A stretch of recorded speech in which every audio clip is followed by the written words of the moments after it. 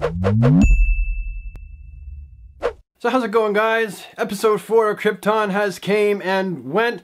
I missed episode 3, not gonna lie about that, when I was sick, and then my PVR didn't record it properly, so I completely missed episode 3, so there was no review, and I have very little idea of what even happened in episode 3. I gather that there was a bombing and lots of death happening down below where the rankless are, and that Lyta has now been held responsible for it, but other than that, I didn't see the episode, so I can't really comment on it. However, we can talk about episode 4, so let's do that.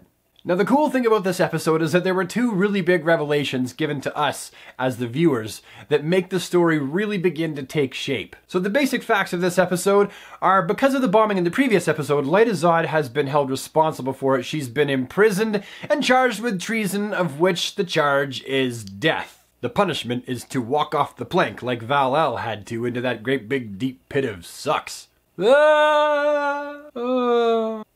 Now this ain't gonna fly with Seg because Seg loves her and Seg wants her out of prison. Seg wants to save her life. So because of this, Seg goes to the one person he feels may be able to help.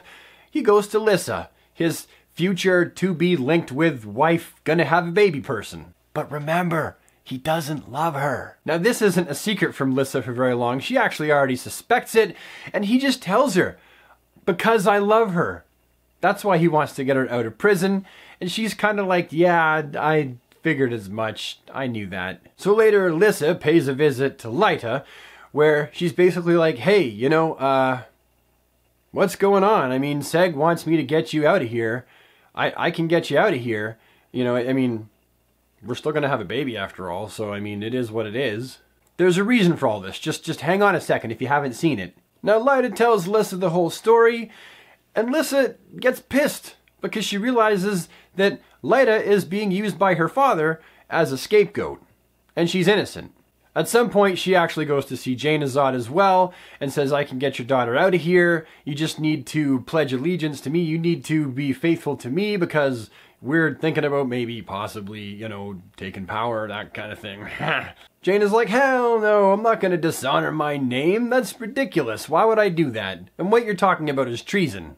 In the end, Lyta ends up going up to see her father. She's pissed at him because she's like, you're using Lyta as a scapegoat here, and really, we need to overthrow the face of Rao.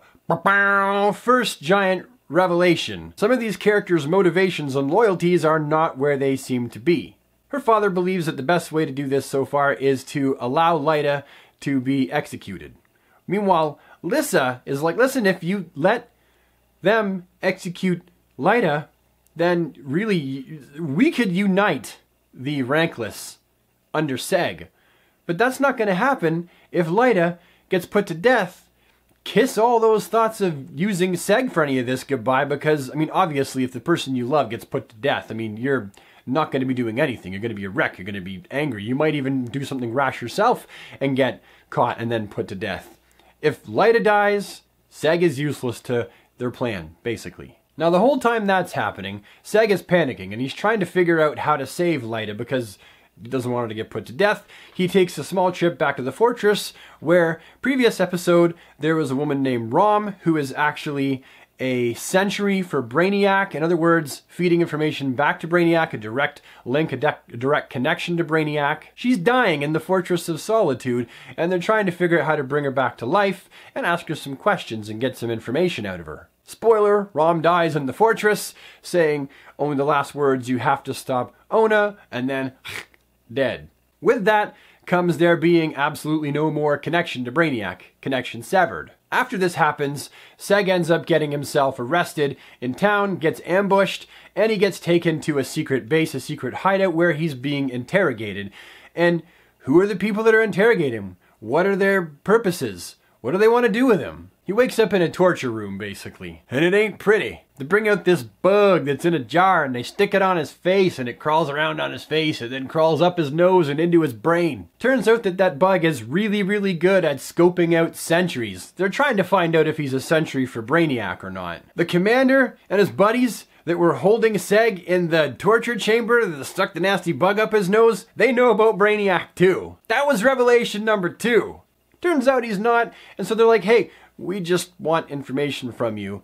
We want Rom. We want that century because we need to crack her open and find out what's inside, more or less. Thing is, Seg doesn't know that she's gone ahead and died. Now Seg, who at first thinks he may be being held captive by members of the Black Zero, later finds out that no, they're not the Black Zero, they're using the Black Zero for resources. They're a whole other group of people, ends up striking a deal with these people. All they want is Rom, so he's like, hey, I'll give you Rom in exchange that you help me break someone out of prison. He wants Lyta out of prison, and he figures he can use them to get Lyta from prison. A little bit of you give me what I want, and I'll give you what you want. Everything so far seems like it might be on the up and up. The commander doesn't seem like a really terrible guy. He seems like he just has a job that he wants to do. He's really focused on the task at hand, and nothing is going to get in his way. And that task is protecting Krypton, too. At least that's what us viewers are led to believe at this point in the story. No more harm is supposed to come to Seg, and he's supposed to just let him go. And he takes his leave and leaves Seg with one of his other lesser underlings. She's got other plans. Basically, there's a dust-up, and Seg and this other woman end up fighting, rolling around on the ground into dog turds and all. The sum of which, he takes a blade to the shoulder, and she takes a bug to the nose. And much like Seg, the bug makes her all She does have a fairly large insect crawling around inside of her head. I mean, that's gotta hurt. So he ends up escaping out of their base, climbing up an incredibly long ladder, and ending up outside, in the snow, in the unforgiving wasteland of the rest of Krypton. That means now he's in a completely different kind of danger. Now the whole time this is going on, it's supposed to be a day called Nova, when the face of Rao is supposed to begin a celebration, a holy time. And this is going to be difficult because of the bombings in the last episode. People aren't really going to be that accepting of Rao. And he goes down to the Rankless. He has to find a way to make them loyal to him. And so, over the course of the episode, at first, the Rankless, they don't like him. They're like, what are you doing down here? But he does end up winning them over because a little girl comes up to him, one who's lost her mother in the previous episode, and she gives him this little black statue with outstretched arms as tribute. At first they're all like, no, go away, blasphemy, blasphemy, blasphemy. That whole thing, like when one of the little people approaches a religious leader uninvited. But no, the face of Rao does something kind of unexpected. He gives her an outstretched hand and then makes her his first disciple. She's little, like a little kid disciple. By the end of the episode, she's wearing one of the funny robes with the writing on it too, and the headpiece and stuff like that, and proclaiming Rao's this and that. And then at the very end of the episode, the face of Rao is back in his apartment or hotel room or wherever the heck he's staying. His holy sanctuary. When the statue thing kind of comes to life and goes into his hand and green stuff is all up his arm and stuff like that, and he's all Basically, the face of Rao is being turned into a sentry, much like Rom. That's a really bad thing because the face of Rao is right up on the top there in Kandor and in Krypton. He's like, hello, I go to all the exclusive parties. People pretty much worship me. And guess what? I'm now also a sentry. So in a nutshell, not good. Revelation number 1 is that Lysa and her father want to overthrow the voice of Rao. And revelation number 2 is that other people who are not Seg, Val-EL, and Adam Strange know about Brainiac. I think those are 2 really big revelations as far as I'm concerned. This coming from a guy who actually never did see episode 3. Maybe I just sound stupider than normal. Anyway, that's where the episode leaves us. Voice of Rao is in a really bad position. Rom, the first century, is dead. We're introduced to, at least I was introduced to, missing episode 3, a new group of people who clearly want to save Krypton from Brainiac as well. Maybe they're actually another group of protagonists. I haven't decided yet. The Rankless are starting to embrace Rao, and there is also a secret plot to overthrow the voice of Rao. That's a jam-packed episode, isn't it? Yeah, it was. A lot happened. I liked it. I thought it was good. I enjoyed the show just as much in episode 4 as I did in episode 1. They're revealing enough to make me want to come back and watch the next episode, so of course I'll definitely be watching episode 5. I'm not going to be that much of a continuity hound as far as the world of Krypton goes, because I know that this exists outside of the comics, and they're not, as far as I'm concerned, throttling things too bad. It's still an enjoyable show.